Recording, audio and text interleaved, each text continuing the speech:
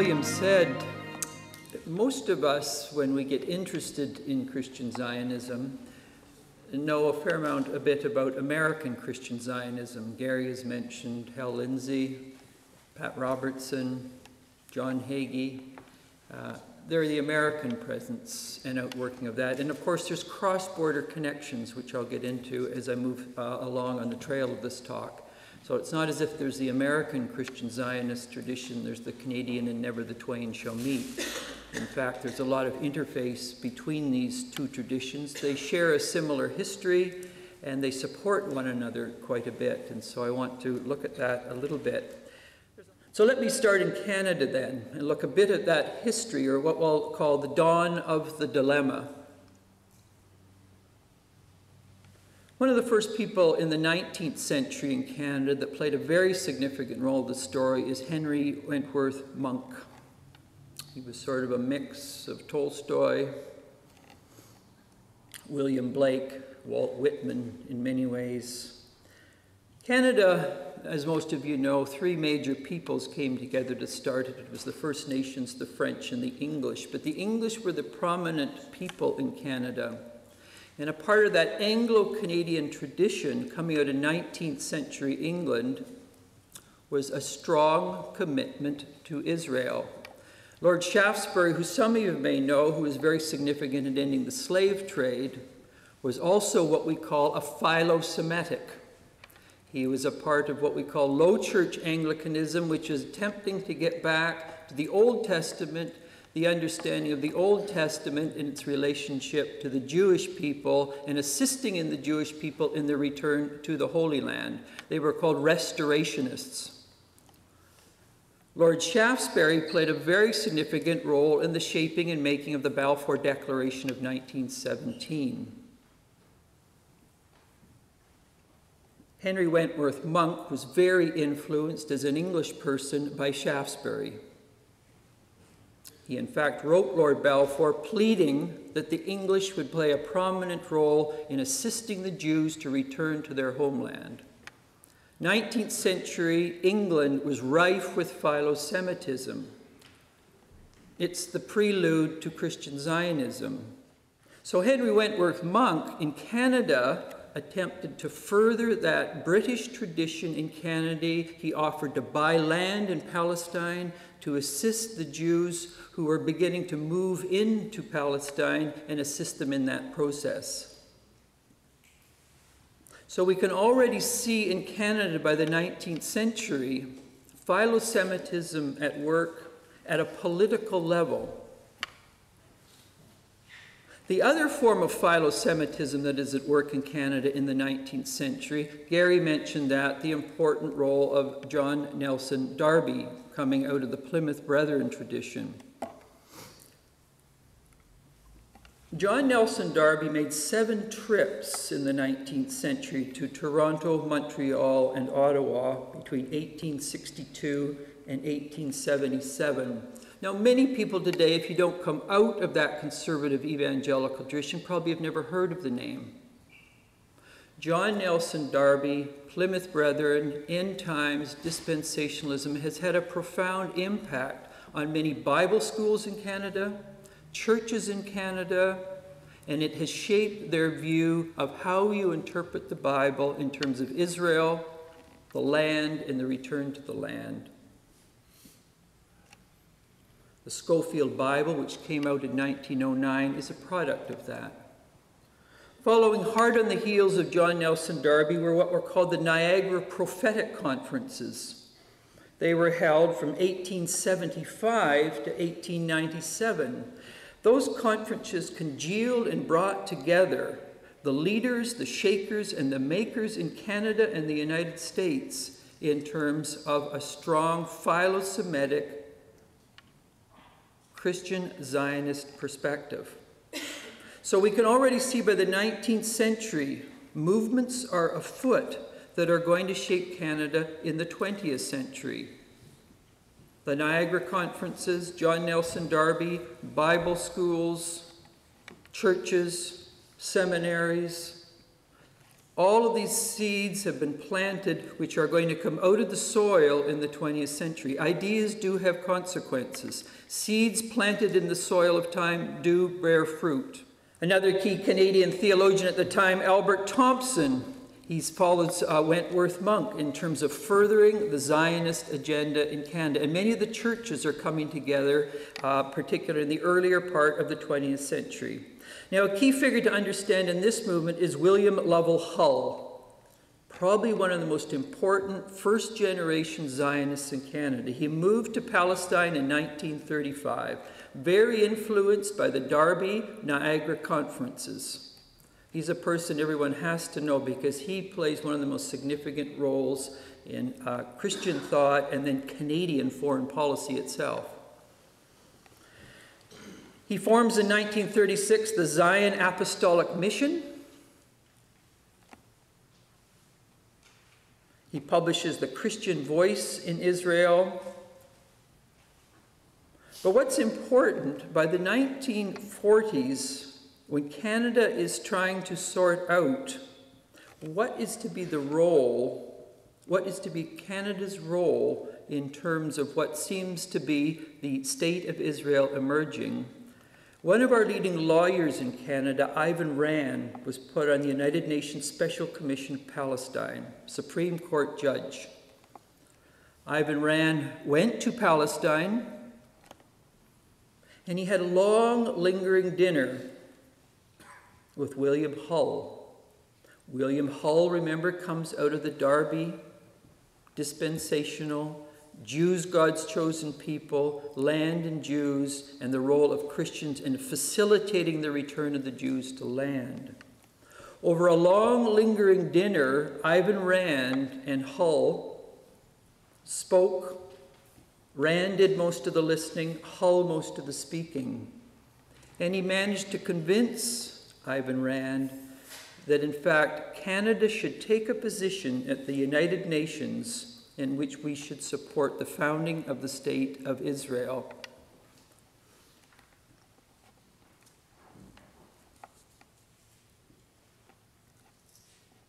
William Hull has been considered one of the 4 most important Christian clergymen who changed the course of Zionist history, a Canadian. Following hard on the heels of Ivan Rand, who was really the person who implemented the Rand recommendations, is one of our prime ministers, Lester Pearson.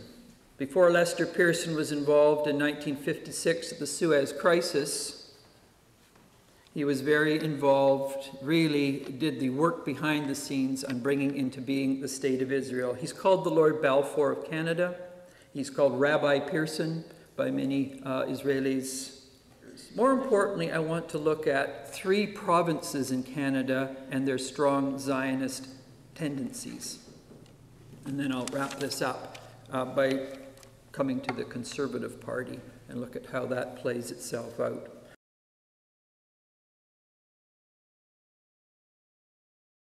Let me look at the West Coast, British Columbia, and particularly the history of Zionism on the West Coast.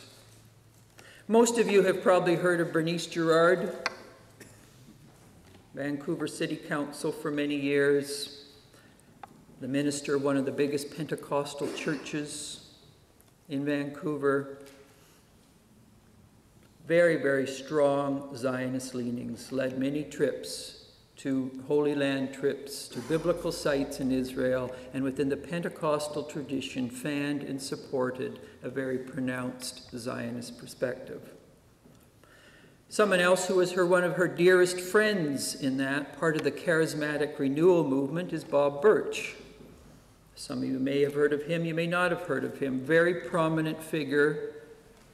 But what you get there is these 2 people played a very significant role on the West Coast in furthering the Christian Zionist perspective. The Bob Birch organization, Watchmen for the Nations, it's a cross-Canada one. Again, it holds very strongly the importance of the Jews, Jews in land, the Jews that return to the land, the end times, and hence Christians support the Jews. If they don't, then they're opposing God because Jews are God's chosen people. You dare to critique them or the state, you're critiquing God. I live in Abbotsford, and one of the biggest churches out there was up to a few years ago, is Seven Oaks Alliance. It's where Stockwell Day would often come when he was in town. The minister there for many years is William Gates. He did a book called Apocalypse Now and then the Economy to Come. Again, fanned the flames of Christian Zionism, and the Alliance Church in Canada tends to have very large Zionist followers. In fact, when Stephen Harper went to Israel earlier in this year, the head of the Alliance Church was with them.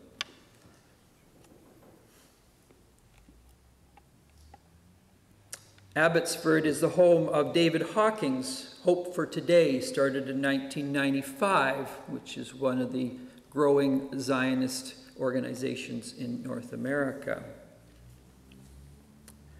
Some of you may have heard on the West Coast, they actually began in Toronto. Merv and Merla Watson. I encountered them back in the 1960s at St. Paul's Anglican Parish. They at that time were part of the Emerging Jesus people, in which instead of an elaborate Anglican liturgy, you had guitars, you dressed simply, and they sang simple tunes. It was just a matter of time before they were taking trips to Israel. They were learning Israeli music, Israeli dress, and they were moving the Jesus people down a strong Zionist direction. And anyone who's encountered much popular Christian worship today in the renewal movement will encounter Merv and Merla Watson. They were co-founders of the Christian Embassy in Jerusalem. And one of the people they brought to faith in Zionism was Benny Hinn, who some of you may know. Benny Hinn is very close friends with John Hagee, and often you'll see the two of them very closely together. So you get Benny Hinn coming out of the Merv and Merla Watson and the Hagee combination coming together. There are more populist forms of Christian Zionism on the West Coast. I want to touch on just two or three more academic forms of Christian Zionism on the West Coast. Bill Nichols headed up the Religious Studies Department at University of British Columbia for many decades, and he published a book a few years ago on the history of hate. It looks at Christian anti-Semitism, and the whole book is an ongoing overview of how Christians again and again have been leading agents in terms of persecuting the Jews. And you read the end of the book, at one hand, it makes Christians feel terribly guilty for their history of hate, and it makes you broadly very sympathetic to the Jews because they have been victims of Christian hate. And Bill tracks very carefully that story from the beginning right up, first century, right up to the Holocaust and beyond. And so when you finish a book like that, and I was a student of Bill's, I did my MA with Bill Nichols at UBC, and it was an ongoing and interesting story when at UBC because we had Hannah Kassis, who was teaching Islam, and he did the first concordance of the Quran in 1983, a Palestinian Christian. And Bill very much took the Zionist role. These people never talked in class and hardly, and they would walk down different halls when they got near one another. But Bill's position, he moved strongly into this strong Zionist, and he eventually actually became a Jew from being an Anglican priest in his journey. Don Lewis, who teaches at Regent College, has written probably one of the most important books in terms of the history of Christian Zionism and the important role of Lord Shaftesbury in the bringing into being of the Balfour Declaration of 1917. So the nice thing about Don Lewis at Regent College and Bill Nichols, Bill makes it look as if the Christian tradition is a history of hate or anti-Semitism.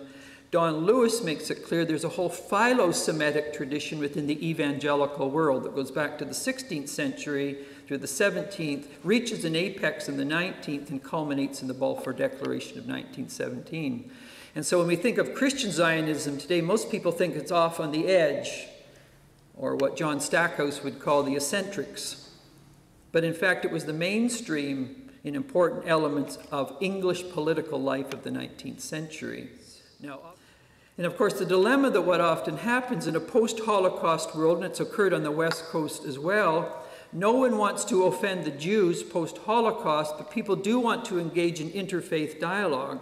So what happens often in interfaith dialogue, the Palestinians become the sacrificial lamb on the altar of interfaith dialogue because you don't touch that question. So you stay up here in the clouds talking about interfaith issues, but you're prevented to dealing with the persecution and the treatment of the Palestinians of the Gaza and the West Bank. And so in a form, interfaith dialogue becomes a highly sanitized approach to dealing with the issues in which you don't touch the real issues in that sense. And so it's a diversion, a sophisticated and subtle diversion from the real issues. And you'll find in all of our three political parties, the Conservative Party, the Liberal, the NDP, they're very hesitant to say anything about critique. So it's just not the Conservative Party. Okay, this crosses the terrain. Probably some of you noticed a few weeks ago, someone who became the president of the Green Party posted something in which he was very supportive of Israel, and Elizabeth May had to move in very, very quickly and say this is not the Green Party's position, and it caused quite a dust-up within the Green Party itself.